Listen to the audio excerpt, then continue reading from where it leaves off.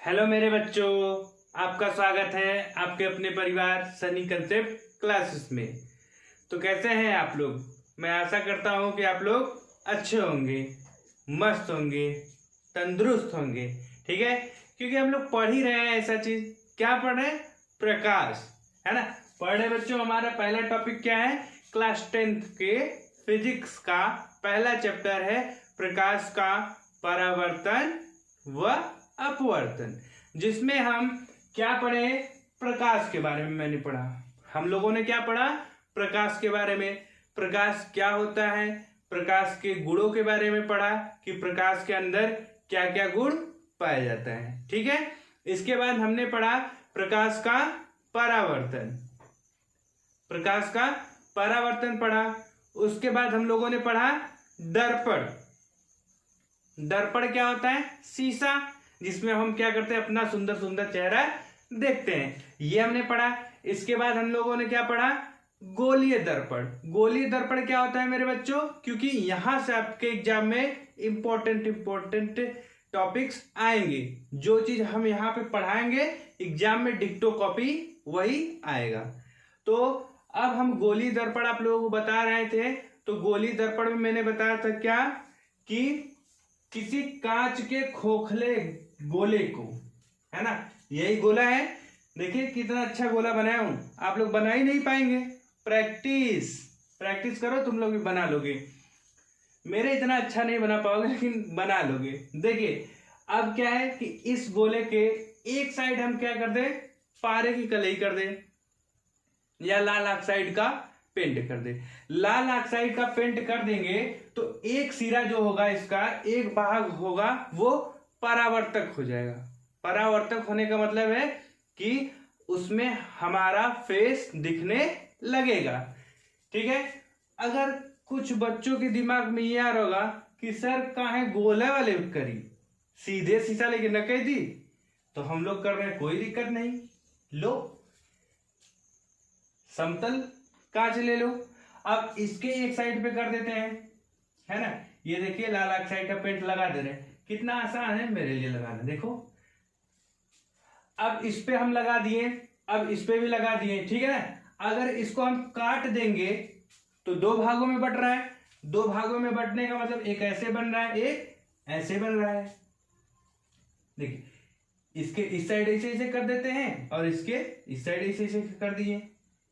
ठीक है, पेंट लगा दिए या कलई कर दिए हैं। उसी प्रकार इसमें हम पेंट लगा के कलई कर दिए हैं। अब देखिए आपने कहा कि एक सीधा सीधा ले लीजिए कांच, है ना। सीधा कांच पे हमने क्या कर दिया?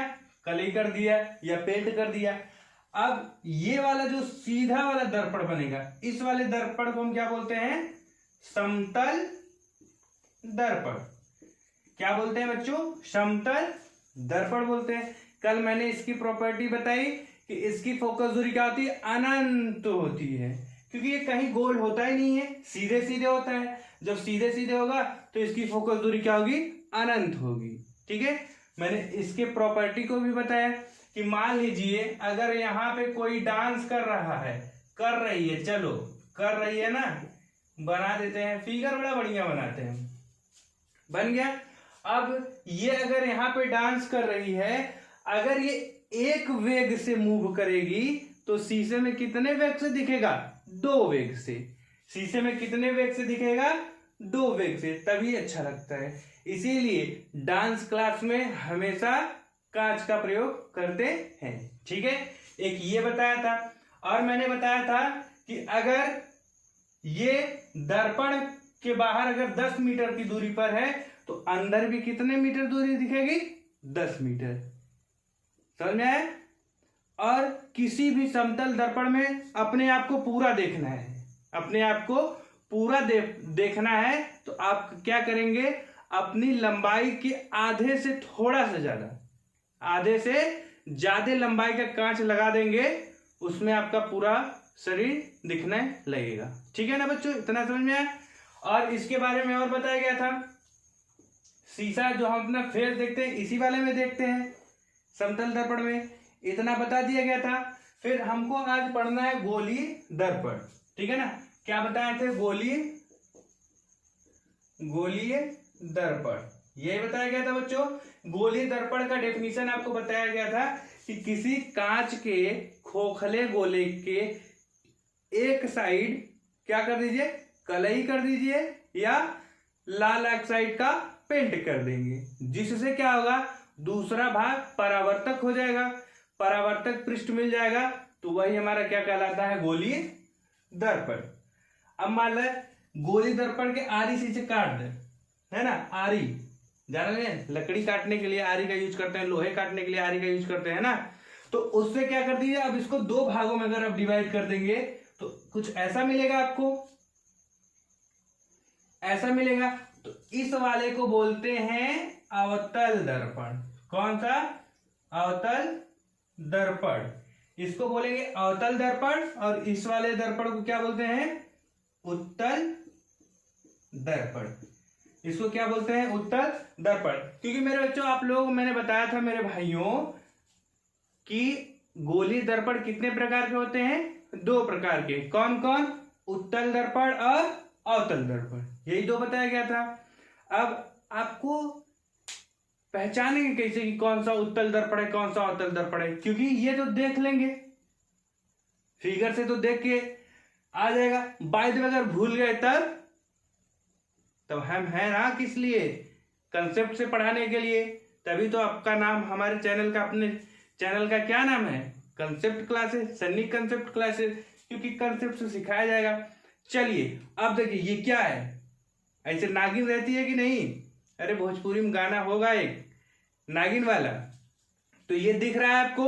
अब देखिए एक इधर दिख रहा है, एक इस साइड का इधर का दिख रहा है ना, तो जब अपवर्तक पृष्ठ, जो आपका परावर्तक पृष्ठ होगा, अगर अंदर की तरफ होगा, है ना, अंदर की तरफ होगा, उसको हम बोलेंगे अवतल दर्पण। देखिए अगर ऐसे बनाए तो ऐसे दिख रहा है ना कि क्या होगा, जब अंदर की तरफ, मतलब परावर्तक पृष्ठ जब आपका हथेली होगा, ये वाला सामने वाला, है ना, तब कौन सा दर्पण होगा, अवतल दर्पण। जब परावर्तक पृष्ठ ये पीछे वाला, नाग के दूसरे साइड वाला, फन के देख रहे हो ना, अगर ये दूसरे साइड वाला देखिए ऐसे दिख रहा है कि नहीं, अगर इस साइड से बना दे तो ऐसे दिख रहा है, उभरा हुआ।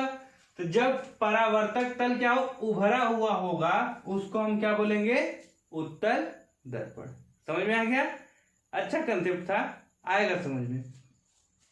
तो अवतल दर्पण का डेफिनेशन क्या हो जाएगा मेरे भाइयों, कि जी वह दर्पण जिसका परावर्तक पृष्ठ धसा हुआ हो, उसको हम अवतल दर्पण बोलेंगे। और उत्तल दर्पण के लिए क्या बोलेंगे, कि ऐसा दर्पण जिसका परावर्तक पृष्ठ क्या हो, उभरा हुआ हो, उसको हम बोलेंगे उत्तल दर्पण। ठीक है, तो चलिए अब आप लोग एक एक करके लिखवाते हैं। गोलीय दर्पण का डेफिनेशन तो बता दिया गया था, अब आपको बताना है कौन सा दर्पण, अवतल दर्पण और उत्तल दर्पण। ठीक है बच्चों, चलिए पहली हेडिंग बनाते हैं हम लोग, अवतल दर्पण। आप लोग भी लिखते रहिए अवतल दर्पण, और जो चीज ना समझ में आए उसको कमेंट बॉक्स में आप बता दे देंगे, तो मैं अगले दिन आपको क्या करूंगा, जो भी आपकी प्रॉब्लम्स रहेंगी उसको मैं समझाऊंगा। तो चलिए अवतल दर्पण के लिए क्या बोलेंगे, हम बोलेंगे, लिखेंगे कि ऐसा दर्पण, ऐसा गोलीय दर्पण, ऐसा गोलीय दर्पण जिसका परावर्तक पृष्ठ धसा हो, है ना, क्या हो, धसा हुआ हो, क्या कहलाता है, अवतल दर्पण कहलाता है, अवतल दर्पण कहलाता है। समझ में आया बच्चों, कि ऐसा गोलीय दर्पण जिसका परावर्तक पृष्ठ क्या हो, धसा हुआ हो, वह क्या कहलाएगा, अवतल दर्पण। देखिए अवतल दर्पण है ना, ये फिगर बना देते हैं। आप लोग देखिए सारी चीजों को हम पूरा फिजिक्स फिगर से पढ़ेंगे, आप लोग देखिए एक एक चीज समझ में आएगा।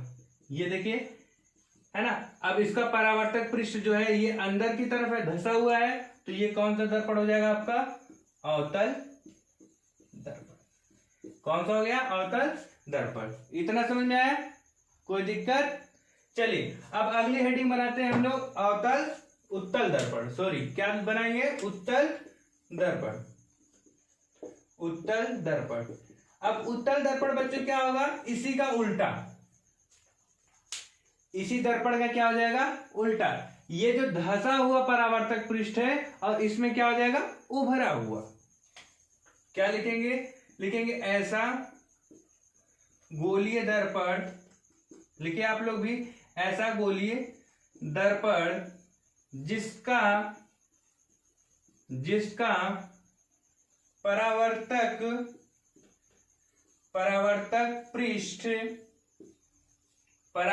पृष्ठ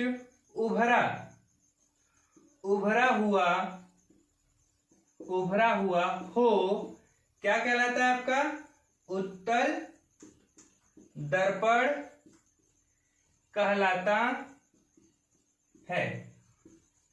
आया बच्चों समझ में? क्या है कि उत्तल दर्पण क्या होता है? ऐसा गोलीय दर्पण जिसका परावर्तक पृष्ठ उभरा हुआ हो, क्या कहलाएगा? उत्तल दर्पण। अगर इसका फिगर बना दे तो फिगर कैसे बनेगा?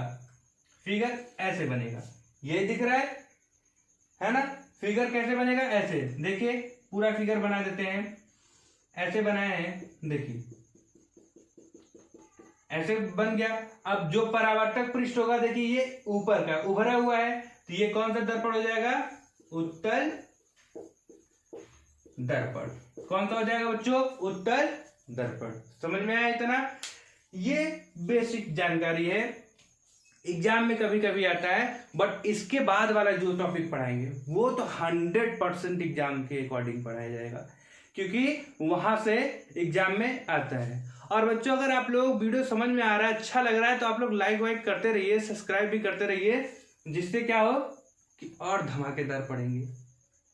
वैसे तो धमाकेदार पढ़ेंगे ही, और भी धमाकेदार पढ़ेंगे।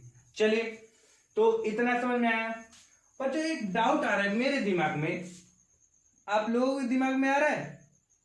अब इसका स्क्रीनशॉट लीजिए, फिर बताता हूं मैं। चलिए अब देखते हैं, मेरे दिमाग में तो एक कंफ्यूजन आ रहा है, मतलब एक क्वेश्चन आ रहा है, आप लोगों के दिमाग में भी आ रहा है कि नहीं, ये देखने की बात है। जब मैंने आपको बताया, क्या बताया कि मैंने क्या किया, एक गोली दर्पण लिया, उसको ऐसे कट किया तो ऐसे बना, ऐसे बना और ऐसे बना। सही है? ये कौन सा दर्पण है? अवतल। और ये क्या है? उत्तल। बस वही सांप वाला कंसेप्ट, अवतल उत्तल, आगे अवतल पीछे उत्तल। अगर बच्चों, अगर इसी दर्पण को ऐसे कोई बना दे, अब बताइए, देखिए अब इसका भी तो परावर्तक पृष्ठ अगर आप देखें, इसका परावर्तक पृष्ठ तो क्या है? धंसा हुआ है। तब ये कौन सा दर्पण होगा? ये भी बच्चों कौन सा दर्पण होगा? अवतल दर्पण होगा। कौन सा दर्पण होगा? अवतल दर्पण, है ना? ये दिमाग में भी आ रहा होगा, हमारे दिमाग में भी आया, तब मैंने सोचा पूछ लेते हैं। तो ये कौन सा दर्पण होगा? अवतल दर्पण। लेकिन बच्चों इसको बनाना गलत होगा। अब ये होगा कि ऐसा क्यों? इसमें भी डेफिनेशन वही है कि अगर ये सही है तो ये गलत क्यों है, और ये गलत क्यों है, इसीलिए हम हैं यहाँ पे कि आपको बताएंगे कि ये गलत क्यों है। देखिए बच्चों, ये गलत कैसे है? गलत इस वजह से है क्योंकि सूर्य का प्रकाश जो आता है, जो प्रकाश आता है, वो हमेशा लेफ्ट साइड से आता है।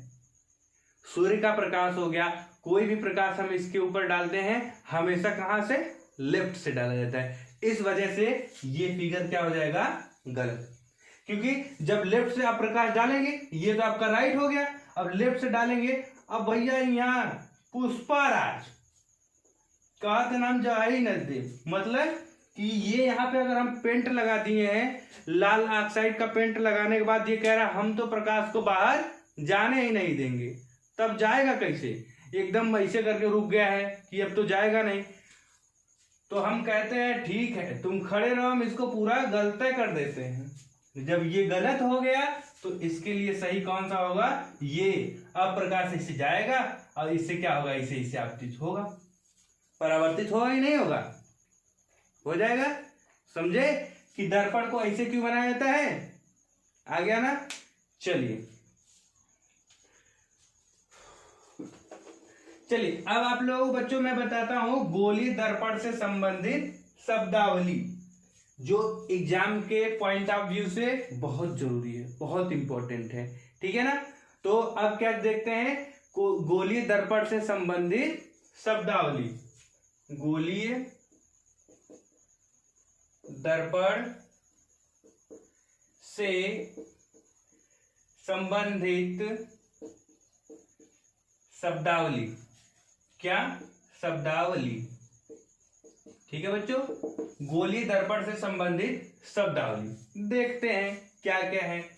अब हम एक गोलीय दर्पण बना देते हैं। ये कौन सा दर्पण है बच्चों, अवतल दर्पण। मुझे पता है सभी लोग को आ गया होगा, ठीक है। ये P है जिसको ध्रुव बोलते हैं, ये F है, यहाँ पे C है, ठीक है। ऐसे बन गया है।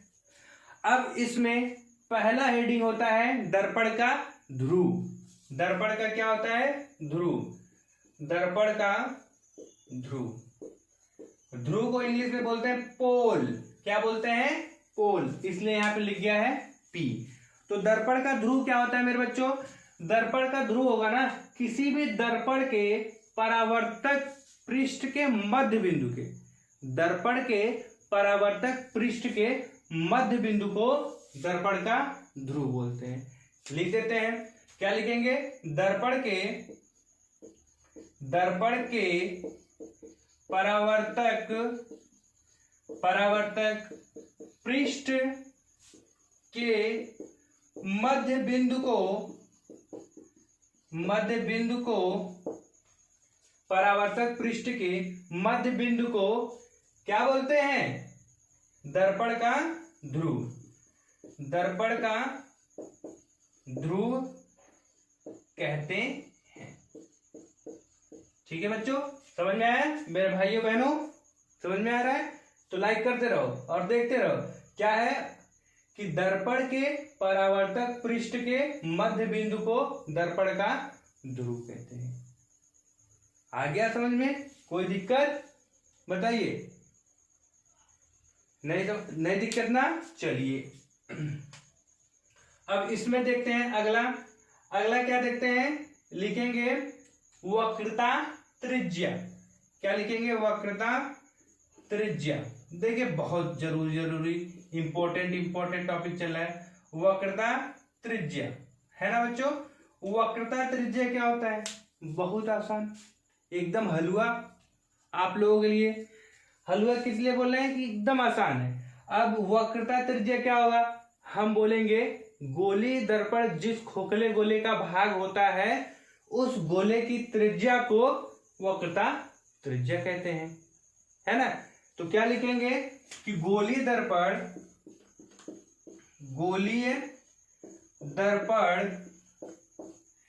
जिस खोखले गोले का भाग होता है, खोखले गोले का भाग होता है, जिस खोखले गोले का भाग होता है उस गोले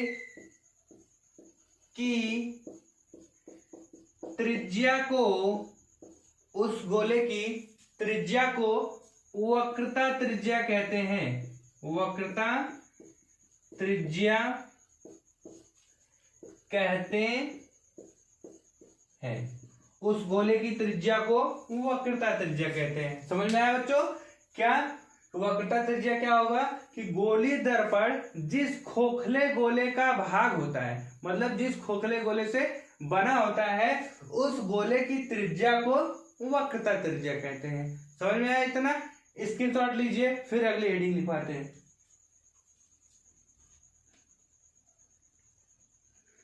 इतना हो गया बच्चों, कोई दिक्कत।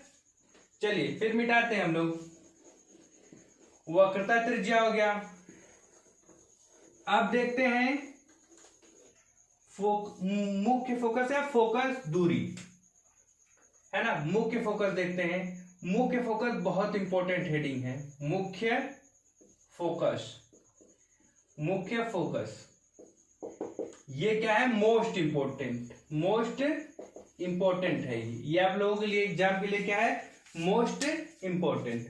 मोस्ट इंपॉर्टेंट इसलिए है कि फोकस दूरी का डेफिनेशन बहुत ही आसान है, बहुत आसान है। इसका मतलब ये है कि जब हम मुख्य अक्ष के समांतर कोई भी प्रकाश की किरण लेके जाते हैं तो दर्पण से परावर्तन के पश्चात जिस बिंदु से होकर जाता है क्या कहलाता है? दर्पण का मुख्य फोकस।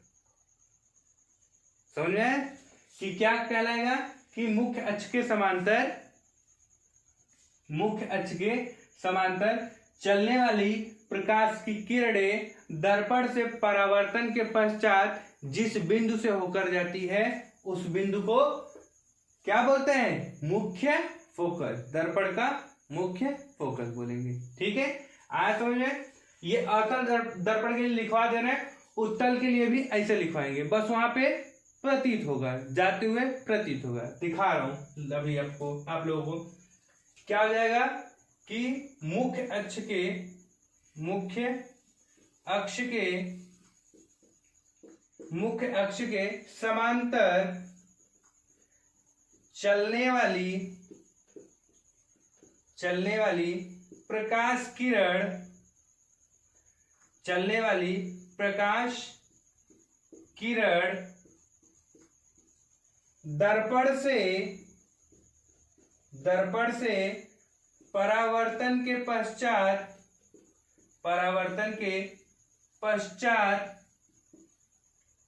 पश्चात जिस बिंदु से होकर जाती है, जिस बिंदु से होकर जाती है या जाती हुई प्रतीत होती है, या जाती हुई प्रतीत होती है, प्रतीत होती है, क्या कहलाएगा? दर्पण का मुख्य फोकस। क्या कहलाता है? दर्पण का मुख्य फोकस। उसे या उस बिंदु को क्या बोलेंगे? दर्पण का मुख्य फोकस। उस बिंदु को दर्पण का मुख्य फोकस कहते हैं। चलिए देखिए, मैंने इसमें उत्तल दर्पण और अवतल दर्पण दोनों का बता दिया। दोनों का बताने का मतलब ये है ना मेरे बच्चों कि क्या है कि देखिए, मुख्य अक्ष के समांतर चलने वाली प्रकाश की किरण दर्पण से परावर्तन के पश्चात, देखिए यहां पे गया, टकराने के बाद परावर्तित होगा क्योंकि ये दर्पण है, शीशा है, तो इससे परावर्तन के पश्चात जिस बिंदु से होकर जाता है, जिस बिंदु से होकर जाती है या जाती हुई प्रतीत होती है, अभी दिखा रहा हूं मैं प्रतीत होने वाला, जाती हुई प्रतीत होती है, क्या कहलाता है? क्या कहलाएगा? बोलिए। हाँ, वही दर्पण का मुख्य फोकस। देखिए यहां पे मैं आपको उत्तल दर्पण के लिए भी दिखा दूं, है ना। ये आपका कौन सा दर्पण हो गया? उत्तल दर्पण हो गया, यहीं पे आपका एफ हो जाएगा।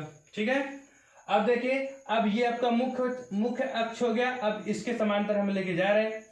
अब देखिए इस साइड क्या है? कलई किया गया है। अब प्रकाश इसके अंदर तो जाएगी नहीं, जब इसके अंदर नहीं जाएगी तो कैसे चली जाएगी? ऐसे चली जाएगी। देखिए, है ना। मान लीजिए अगर यहाँ पे कोई बच्चा बैठा है, अपने लोगों में से ही मान लो कोई एक लड़का यहाँ पे बैठा है, अब इसको तो ये किरण ये थोड़ी ना लगे कि ये ऐसे आ रही टकरा के, इसको तो लगेगी किरण कैसे आ रही? सीधे आ रही है, मतलब इसको प्रतीत होगी ना कि ये किरण ऐसे आ रही है, ऐसे प्रतीत होगा ना। इसीलिए लिखा है मेरे बच्चों कि बिंदु से होकर जाती है इसके लिए, और या जाती हुई प्रतीत होती है इसके लिए, ये कहीं लिखवा दिया गया। तो क्या कहलाता है? उस बिंदु को दर्पण का मुख्य फोकस कहते हैं। ये बहुत इंपॉर्टेंट है एग्जाम के हिसाब से, उतारिए इसको। उतार लीजिए आप लोग, या तो स्क्रीनशॉट ले लीजिए, फिर अगली हेडिंग हम देखते हैं। इतना है समझ में? चलिए, मुख्य फोकस हो गया, अब फोकस दूरी देख लेते हैं, है ना बच्चों? क्या देखते हैं? फोकस दूरी, बहुत ही इंपॉर्टेंट है, बहुत आसान है। कौन सी दूरी? फोकस दूरी। फोकस दूरी, देखिए बच्चों, फोकस दूरी क्या होगा? देखिए, दर्पण के ध्रुव और मुख्य फोकस के बीच की दूरी, दर्पण के ध्रुव और मुख्य फोकस के बीच की दूरी को फोकस दूरी कहते हैं। कितना आसान! दर्पण का ध्रुव यहाँ और फोकस यहाँ, इनके के बीच की दूरी को मुख्य फोकस बोल देंगे, सॉरी फोकस दूरी बोल देंगे। तो क्या हो जाएगा? इसके लिए डेफिनेशन क्या होगा कि दर्पण के ध्रुव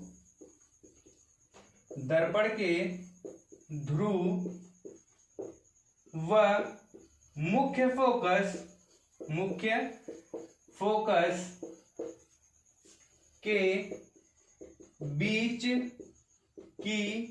बीच की दूरी को फोकस दूरी कहते हैं। फोकस दूरी कहते हैं, फोकस दूरी कहते हैं। आज समझ में क्या कि दर्पण के ध्रुव व मुख्य फोकस के बीच की दूरी को फोकस दूरी कहते हैं। इसे स्मॉल एफ से प्रदर्शित करते हैं। स्मॉल एफ, इसे स्मॉल एफ से प्रदर्शित करते हैं। क्या करते हैं? प्रदर्शित करते हैं। समझ आया बच्चों? इतना आसान है। अगली हेडिंग इसके लिए क्या हो जाएगी? एक और, दर्पण का द्वारक। दर्पण का द्वारक, देखिए दर्पण का द्वारक क्या होता है मेरे बच्चों? दर्पण का द्वारक बहुत ही आसान है। क्या? परावर्तक पृष्ठ के व्यास को, परावर्तक पृष्ठ के व्यास को दर्पण का द्वारक कहते हैं। क्या कहते हैं? परावर्तक पृष्ठ के व्यास को, परावर्तक पृष्ठ के व्यास को क्या बोलते हैं? दर्पण का द्वारक कहते हैं। परावर्तक पृष्ठ के व्यास को दर्पण का द्वारक कहते हैं। ठीक है बच्चों, यहां तक कोई दिक्कत आए समझ में? लास्ट हेडिंग, आज के लिए लास्ट हेडिंग। चलिए आज हम अपना क्लास यहीं पे रोकते हैं, अब हम कल मिलेंगे। ठीक है, आप लोगों को वीडियो अच्छी लग रही हो तो लाइक करिए, सब्सक्राइब करिए और अपने दोस्तों में शेयर करते रहिए। ठीक है, धन्यवाद।